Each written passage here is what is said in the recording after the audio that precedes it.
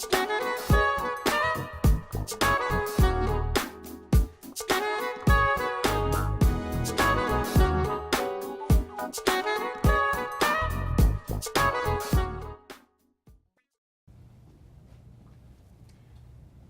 and welcome to the Bronco Exchange. I'm your host, Dr. Shanessa Fenner.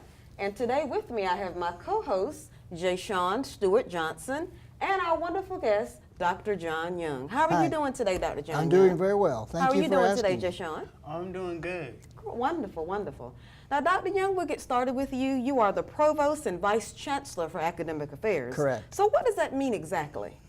The Provost and Vice Chancellor for Academic Affairs has primary responsibility for the academic mission of the university. So that means responsibility for everything related to academic programs, quality of academic programs, quality of instruction, faculty employment, evaluation, retention, and academic support. Everything that from tutoring and supplemental instruction to the registrar's office and financial aid office and the library, all of those things taken together that enable a student to walk across the stage with a degree at some point. So everything academics comes under the responsibility of the Provost and Vice Chancellor for Academic Affairs. And of course, that position is very dependent upon a whole host of others like deans and department chairs and faculty and staff.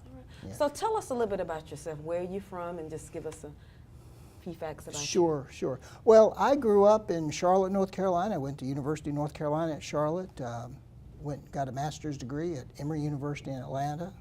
Went to Florida State, got my PhD at the other FSU, and came here as an instructor. I hadn't yet finished my doctoral dissertation, so I came here what they call ABD, all but dissertation. All but dissertation. I was an instructor, and fortunately I finished my doctorate and was moved into the faculty ranks and moved from there from assistant professor to full professor, and I've had the benefit of serving in a variety of administrative roles from department chair to dean and now provost. And it's really a rare privilege for people in this profession to have that opportunity to go to an institution as an instructor, which is kind of the lowest level faculty member, and get to be the chief academic officer. So it's a real privilege. I'm really blessed by that, and I'm very, very happy.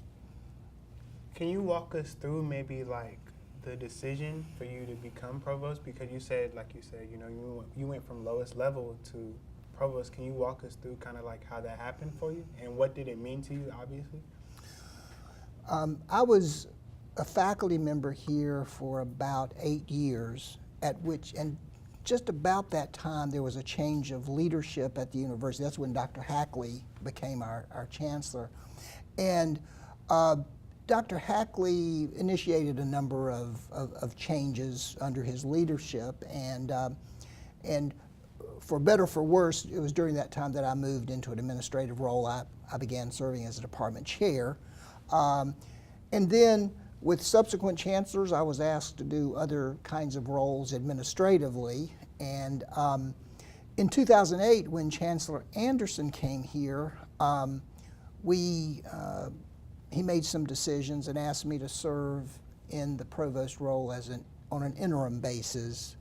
And so they did a national search. I decided to apply, and so I went through that process. It was appointed in a permanent role in 2009. So it's just, I've had, again, a lot of opportunities to serve in a lot of different administrative roles, and when the chancellor needed someone to step in that office, I was really fortunate that he asked me, and I've, again, like I said, I've been very pleased to have the opportunity to be the chief academic officer. Okay. Now, as provost, what has been some of your most challenging experiences?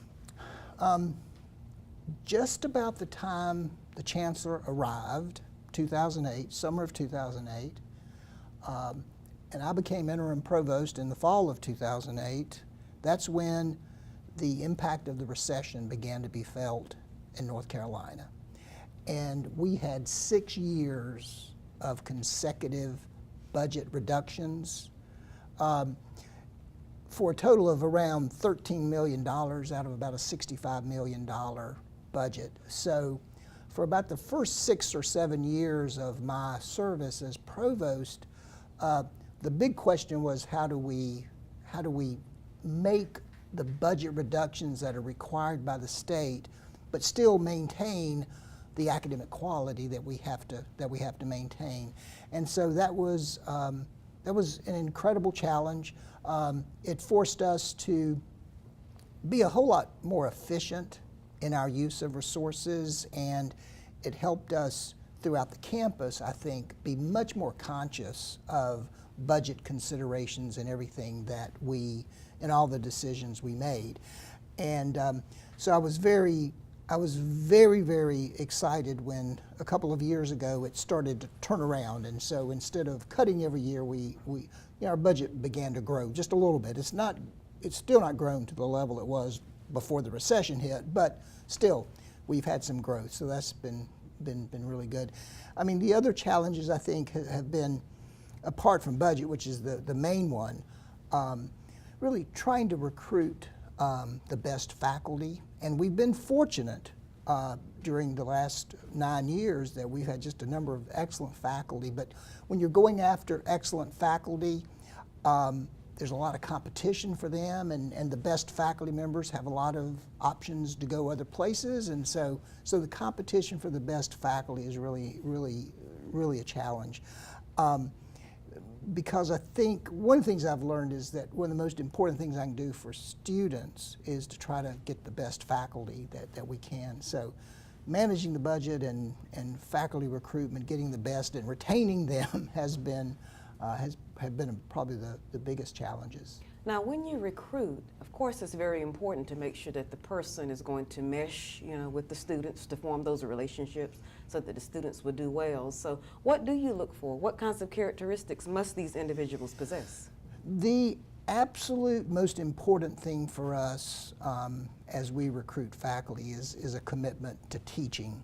That and I don't mean just sort of teaching in the sense of going to the classroom, but a willingness to work with students inside and outside the classroom and establish those good relations. I mean, there are some prospective faculty members who think primarily in terms of their primary mission is research, and I respect those individuals, but we don't have room here for faculty who think that their primary responsibility is research and then they'll do some teaching and work with students. So it's a commitment to students, it's a commitment to teaching that are the primary considerations. However, we are looking for faculty who will be engaged with the community, and we are looking for faculty who will be committed to doing some research and scholarly activity. So we do expect some of that, but again, the priority has to be teaching. We say in our policies that faculty will spend approximately 2/3 of their time on teaching and related activities working with students. So we want to bring in faculty who are committed to that kind of mission. Okay. What was the best advice that you received to help you get into, your role of provost today? And what advice would you give, students or graduate students or just people that are looking to move up in their career field? I think that the sort of best advice I received was from the chancellor, and very, very early on, he said to be very, very conscious of budget issues and to understand that everything that we want to do that may be very, very good with good intentions, everything we want to do will have a cost. And so you want to make sure that when you invest funding in any sort of program or activity or initiative, you want to be fairly confident that you're going to get out of that what you're investing. And so the chancellor was very instrumental in sort of helping us make sure that all that we are doing is everything we do is budget conscious, that we're conscious of cost and benefits as we make decisions. And I think that requires a good bit of analysis and strategic thinking and critical thinking, and so I think those are very, very important. I would say that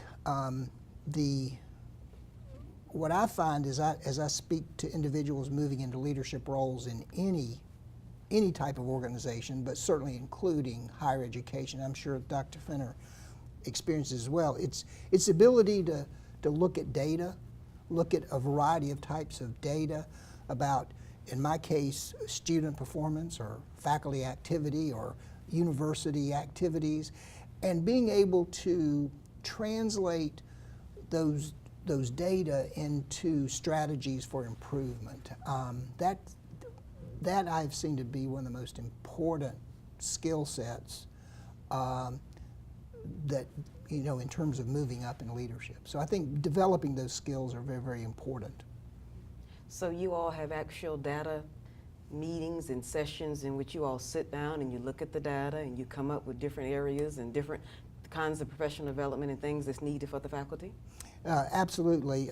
Again, one of the things Chancellor Anderson, before he arrived here, he had already established a reputation as sort of an assessment guru, one of the leaders of assessment in the country in higher education. And so, of course, he really mandated that type of approach. One of the things that we have done as part of that effort is that we develop every year a kind of departmental report so that we will let departments know how they're performing on about 10 key metrics related to our strategic plan. And so we show them those results, we show their performance, and we show how they've improved from the previous year, and we attach some dollars to the performance and the improvement. And so we really try to make sure that as we develop strategies moving forward, that we have some sort of basis in terms of our analysis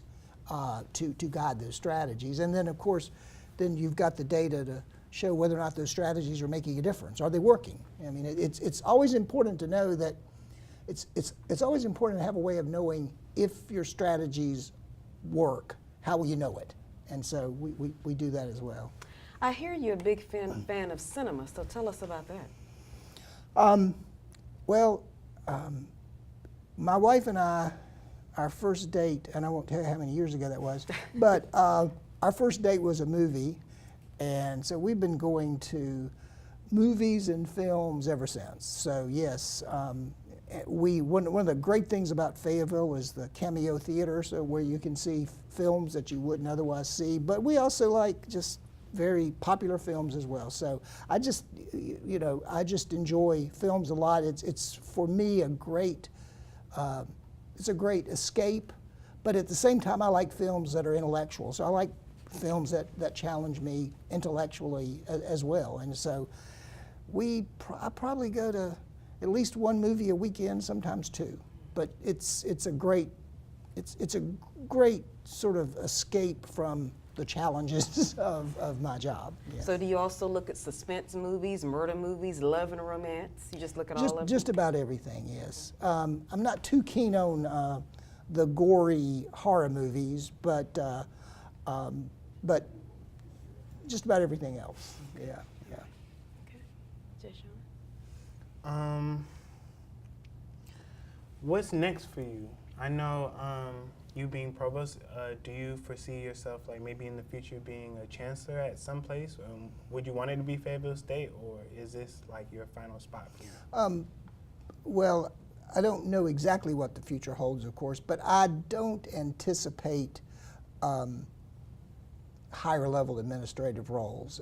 Quite honestly, I'm looking forward at some point, I'm not sure exactly when, but I'm looking forward at some point to moving back to the classroom, because quite frankly, I've done a lot of roles at this institution, and teaching, working with students is by far the most rewarding part of the job.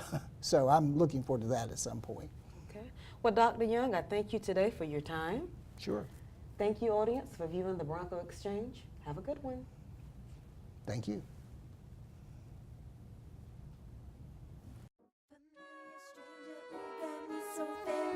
much hypnotized. Familiar stranger, stranger. Wait, hold up, don't run, I don't bite. Familiar stranger, got me so very much hypnotized. Familiar stranger, stranger. Wait, hold up, don't run, I don't bite.